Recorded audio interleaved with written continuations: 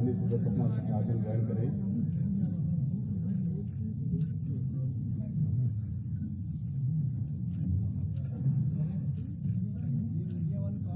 माननीय नेता सदन माननीय नेता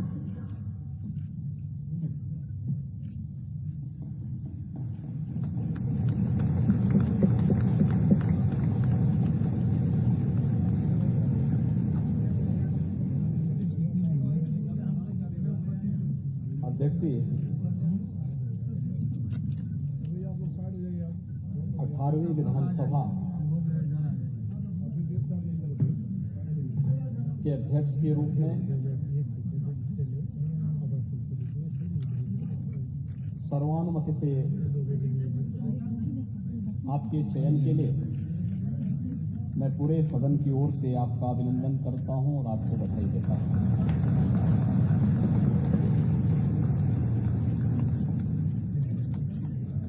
ये बड़ा सुखद संजोग है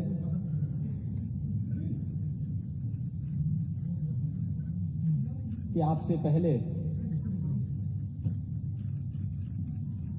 17 महानुभावों ने इस पद को सुशोभित किया और आप 18वें अध्यक्ष के रूप में देश के सबसे बड़े राज्य के विधानसभा के अध्यक्ष के रूप में आज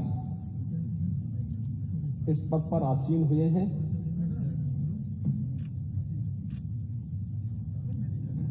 मैं हृदय से पूरे सदन की ओर से आपका अभिनंदन करता हूं।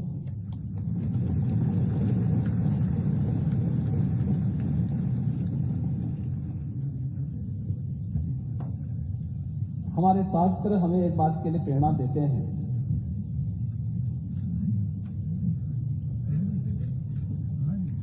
कि जब भी महान बनने का कोई अवसर मिले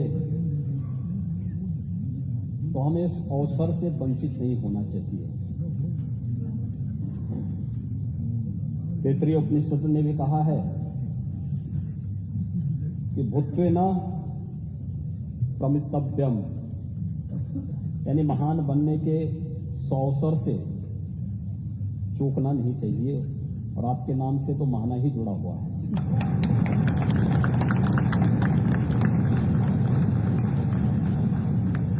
स्वाभाविक रूप से लोकतंत्र के इस गौरवपूर्ण आसन पर विराजमान होना ये किसी भी सदस्य के लिए न केवल अभिनंदनीय है बल्कि गौरवपूर्ण भी। और फिर इस पीठ पर एक अनुभवी सदस्य का चयन सर्वानुमति से हो, यह अत्यंत सुखद की अनुभूति कराता है। और खासतौर पर तब जब उत्तर प्रदेश विधानसभा में अभी बहुत दिन नहीं हुए हैं, मार्च प्रथम सप्ताह में दोनों ओर से मिसाइलें चल रही थी और उस समय हर व्यक्ति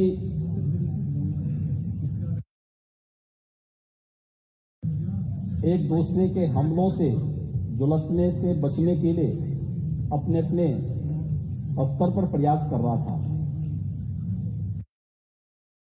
लेकिन यह भारत में ही संभव हो सकता है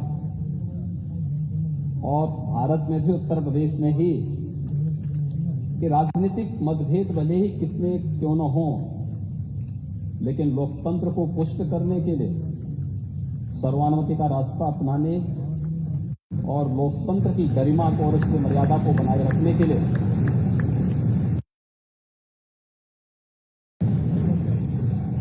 हम मिलकर के इस अभियान को आगे बढ़ाएंगे। और आज आपका सर्वानुमति से यहां पर चयन हुआ है। ये सचमुच भारत की उन मजबूत लोकतांत्रिक परंपराओं को और भी मजबूत करता है और भी पुष्ट करता है। मैं इसके लिए सत्ता पक्ष और विपक्ष से जुड़े हुए अपने सभी माननीय जो नेतागण हैं, नेता प्रतिपक्ष और सभी दलों के अपने नेताओं के साथ साथ नवनिर्वाचित सभी माननीय सदस्यों को भी मैं हृदय से उनके चुनाव के लिए और आपके चुनाव के लिए भी मैं उन सबका हृदय से अभिनंदन भी करता हूं और धन्यवाद भी देता हूं।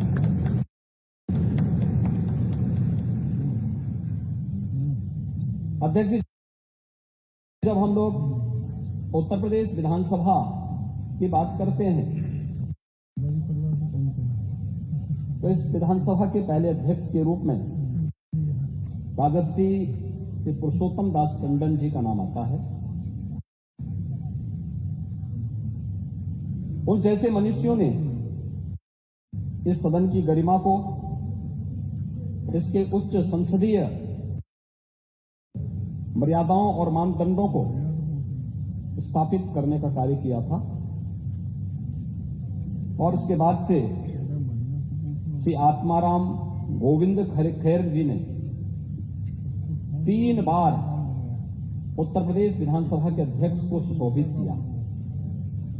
श्री केसरीनाथ त्रिपाठी जी ने 3 बार उत्तर प्रदेश विधानसभा के गरिमामय पूर्ण पद को सुशोभित किया और आज जब हम 18वीं विधानसभा में हैं तो इस सदन के वरिष्ठ सदस्य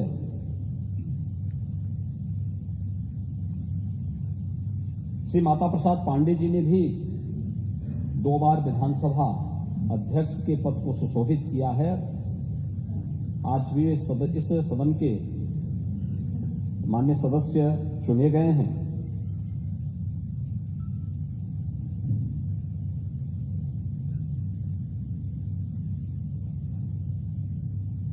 आपका चयन बहुत सारा संदेश दे देता है।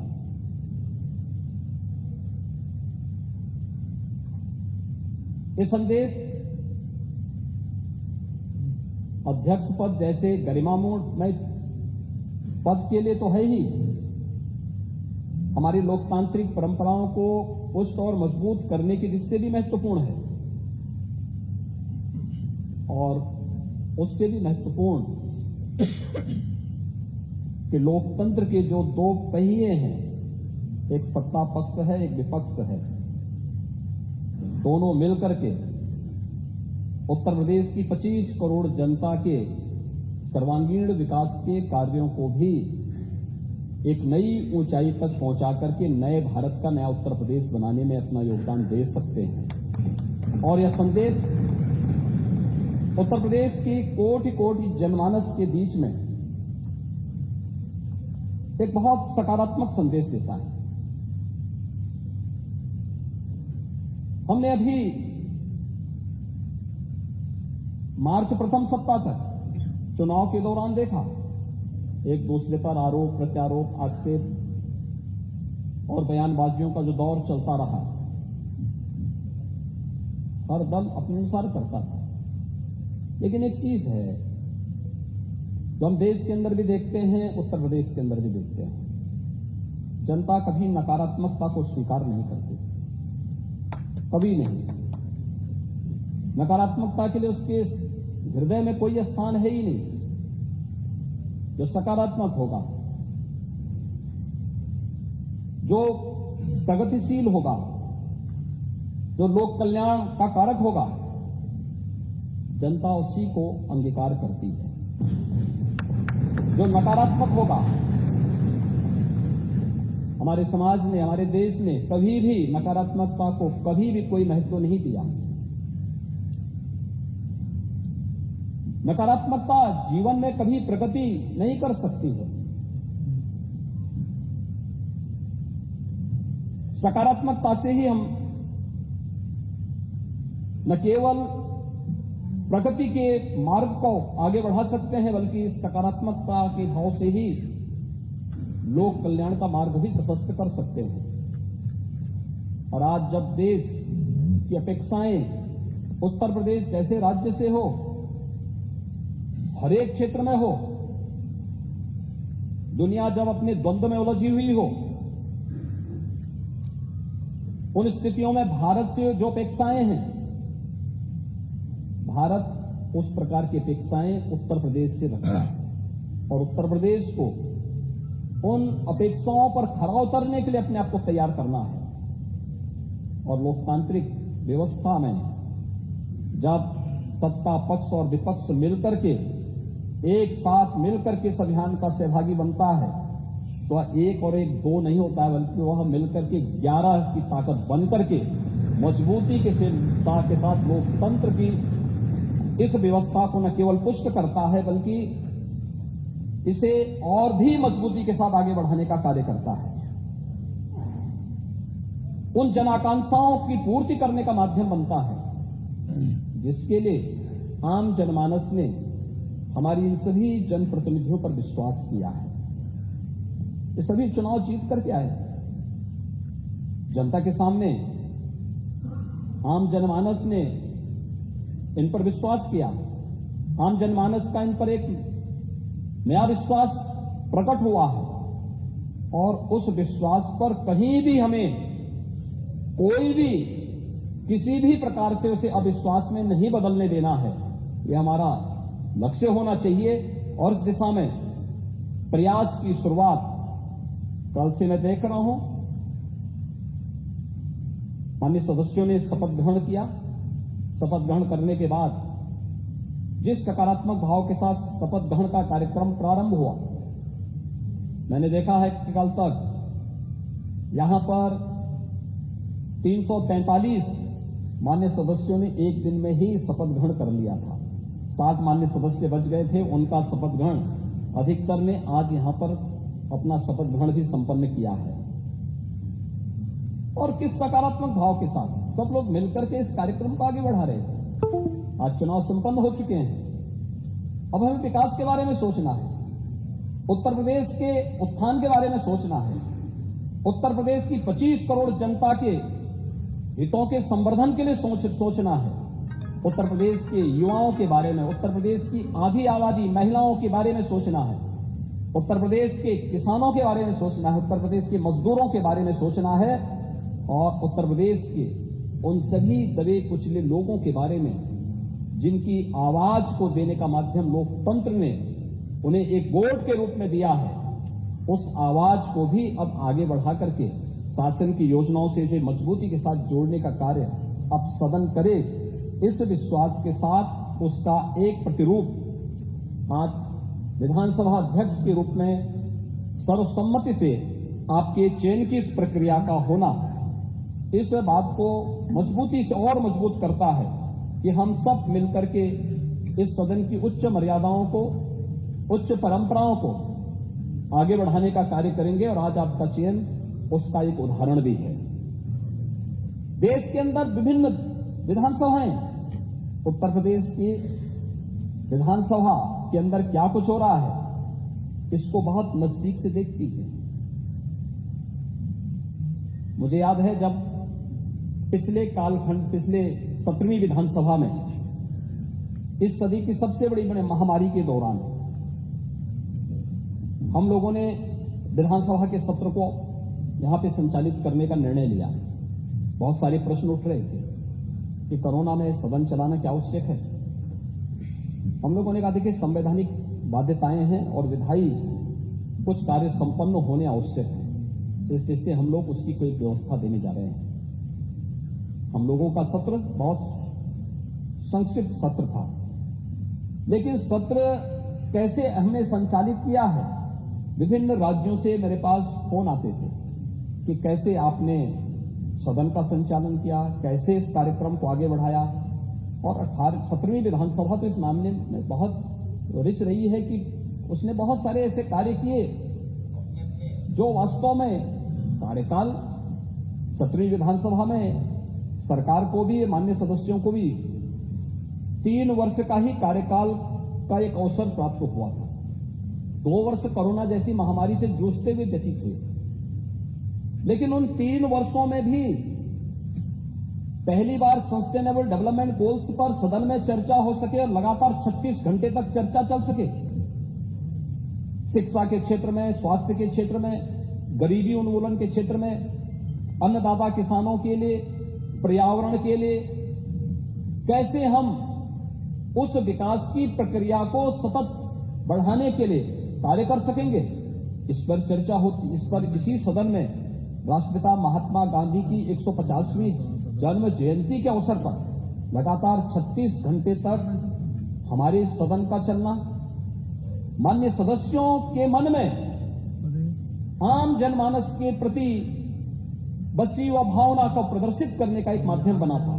उसने देश के अंदर एक बहुत सकारात्मक संदेश दिया। मेरे पास तमाम संस्थाओं की ओर से इस बारे में संपर्क किया गया, कैसे इस कार्यक्रम को चलाया गया, क्या गोल्स निर्धारित हुए हैं, सरकार ने उस गोल्स को अचीव करने के लिए अपने आगे की रोड मैप क्या तैयार किया है। इन सब पर एक सकारात्मक पहल आगे बढ़ी थी। यही सदन था जब हम लोगों ने 2019 में इसी सदन में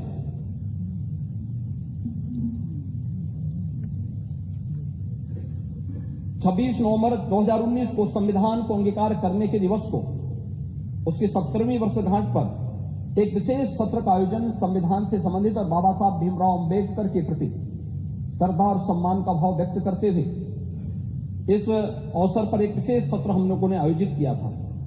और तीसरा विशेष सत्र भी आयोजित हुआ था जब 31 दिसंबर 2019 को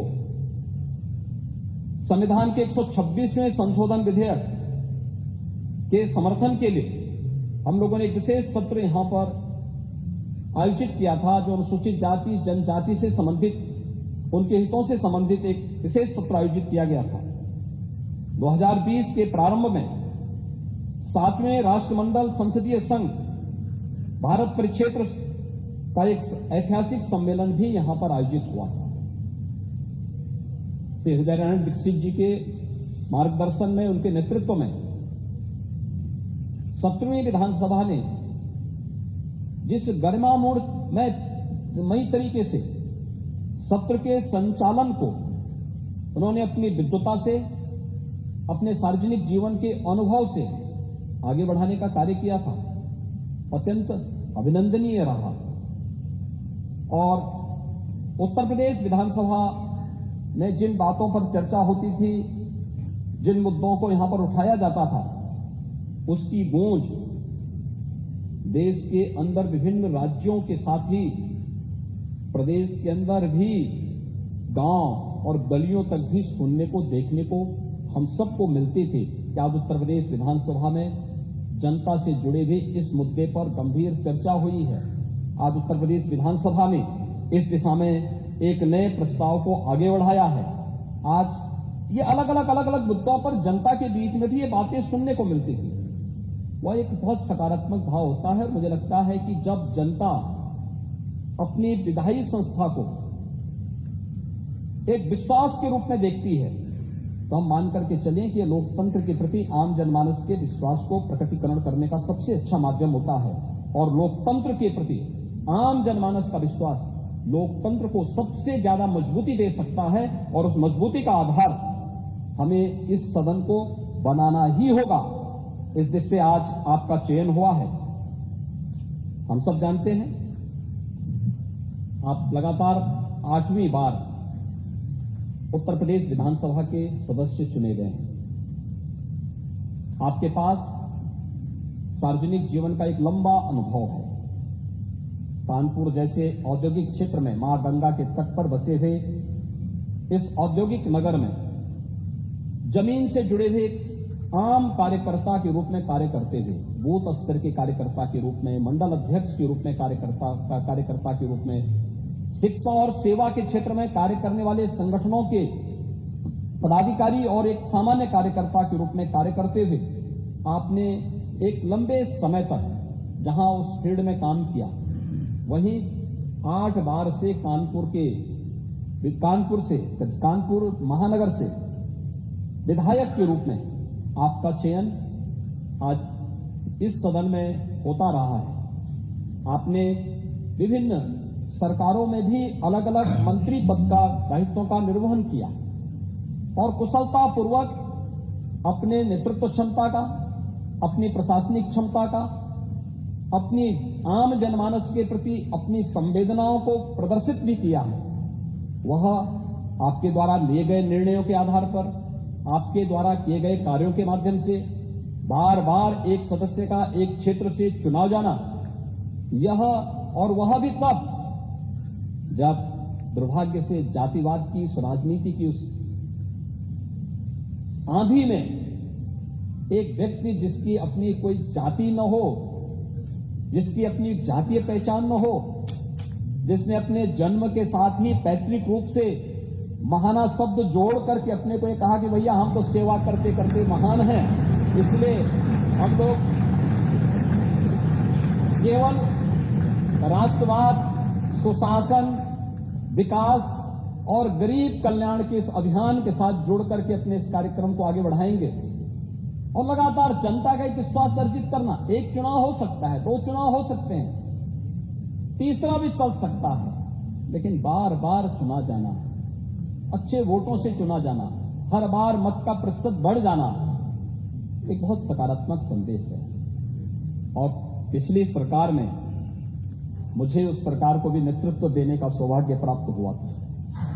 उस सरकार में औद्योगिक विकास मंत्री के रूप में जो कार्य किया, उत्तर प्रदेश के इतिहास में पहली बार उत्तर प्रदेश के अंदर 3,60,000 करोड़ रुपए से अधिक की निवेश के प्रस्ताव और जमीनी शासन पर उतारने का कार्य करना था। लाखों नौजवानों को नौकरी और रोजगार के साथ जोड़ने, उनके जीवन को उज्जवल भविष्य की ओर अग्रसर करने में जो योगदान दिया गया, कानपुर के विकास के साथ साथ उत्तर प्रदेश के समग्र विकास के लिए जो सकारात्मक भूमिका आपकी थी, डिफेंस कॉरिडोर आदरणीय प्रधानमंत्री जी की मंशा के अनुरूप उत्तर प्रदेश के अंदर स्थापित हो और इसके लिए 6 नोड पर कार्य तेजी से हो। उत्तर प्रदेश के अंदर एक्सप्रेस वे का एक संजाल बिछे और उत्तर प्रदेश अपने इंफ्रास्ट्रक्चर के लिए देश के अंदर एक नई पहचान के साथ उभरे। ये भी उत्तर प्रदेश में औद्योगिक विकास मंत्री के रूप में जब आपने इस पद को सुशोभित किया, ये सभी कार्य उत्तर प्रदेश की जनमानस में होते हुए देखे हैं और स्वाभाविक रूप से आपने मेरी टीम के एक महत्वपूर्ण स्तंभ के रूप में कार्य करते हुए इन कार्यक्रमों को आगे बढ़ाने का कार्य किया। आज आप उत्तर प्रदेश विधानसभा के अध्यक्ष के रूप में आपका यहां पर सर्वसम्मति से चयन हुआ है। मैं इसके लिए आपको हृदय से अभिनंदन करता हूं, आपको हृदय से बधाई देता हूं और अपनी शुभकामनाएं भी देता हूं। आपका चयन ऐसे समय में हुआ है जब यह देश आजादी का अमृत महोत्सव मना रहा है। यह आजादी का अमृत काल है। अमृत काल के लिए प्रधानमंत्री जी ने आगामी 25 वर्षों के लिए कुछ लक्ष्य निर्धारित किए हैं देश के अंदर। और देश के लिए जब कोई लक्ष्य निर्धारित हो तो देश की सबसे बड़ी आबादी के राज्य के लिए तो लक्ष्यों को प्राप्त करना और भी महत्वपूर्ण हो जाता है, क्योंकि अगर भारत को समयबद्ध ढंग से उन लक्ष्यों को प्राप्त करना है तो उसमें अग्रणी भूमिका के रूप में उत्तर प्रदेश को आना ही होगा। उत्तर प्रदेश की सबसे बड़ी भूमिका होनी ही चाहिए, क्योंकि सबसे बड़ी आबादी का राज्य है। 25 करोड़ की आबादी देश के अंदर अन्य किसी भी राज्य को हम देखेंगे तो उसकी आबादी उत्तर प्रदेश की आधी से कम ही है। और जब हम लोग देश की बात करते हैं तो इसकी शुरुआत उत्तर प्रदेश से होनी चाहिए। और अमृत काल में आप उत्तर प्रदेश के विधानसभा के अध्यक्ष बने हैं, यह अत्यंत सौभाग्य का क्षण है और इसके लिए मैं आपको हृदय से बधाई देता हूं। महोदय, मैं विश्वास व्यक्त करता हूं कि आपके नेतृत्व में उत्तर प्रदेश की हमारी 18वीं विधानसभा एक सुनिश्चित लक्ष्य को प्राप्त करने में सफल होगी। हम निरंतर उत्तर प्रदेश के विकास को आगे बढ़ाने में सफल होंगे। मैं अपने सभी नवनिर्वाचित माननीय सदस्यों को भी हृदय से उनके चयन के लिए, उनके निर्वाचन के लिए और उनके द्वारा शपथ ग्रहण किए जाने के लिए भी मैं हृदय से उनका अभिनंदन करता हूं, उन्हें बधाई देता हूं। 5 वर्ष का उनका जो कार्यकाल है, ये जन अपेक्षाओं पर खरा उतरने का एक उन्हें माध्यम मिला है। अगर शासन की योजनाओं को समयबद्ध ढंग से वे आम जनमानस तक पहुंचाने में सफल होंगे तो आपकी तरह वे भी बार बार चुने जाएंगे और इन्हीं में से कोई सदस्य एक दिन उस पद को सुशोभित करके फिर से अध्यक्ष पद को आगे बढ़ाने का कार्य करेगा। ये जानने का, सीखने का, क्योंकि सदन की परंपराएं तो हम लोग परंपरागत रूप से आगे बढ़ाते हैं। जो कुछ भी हम सीखते हैं, जानते हैं, संसदीय कार्यों के माध्यम से जो कुछ भी अनुभव हमारे सामने आता है, वही परंपराएं आगे बढ़ती हैं और सदन की परंपराएं इसी रूप में आगे बढ़ती रहेंगी।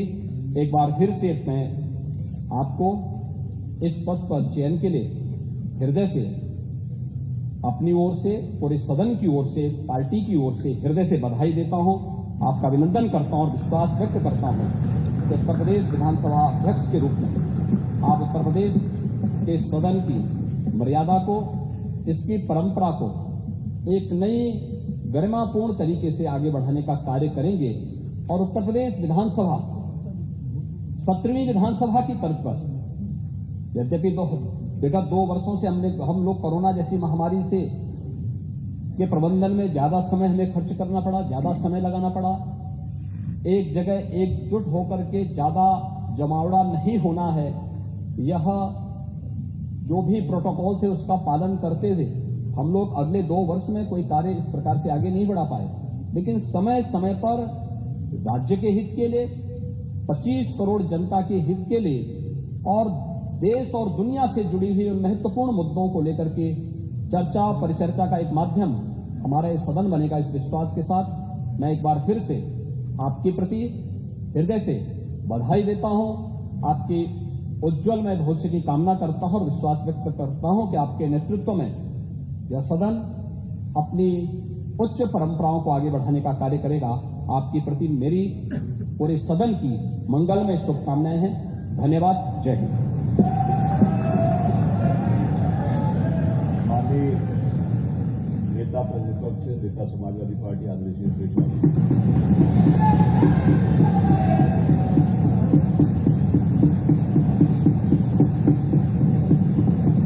अध्यक्ष जी, भारत के सबसे बड़े प्रदेश के उस विधानसभा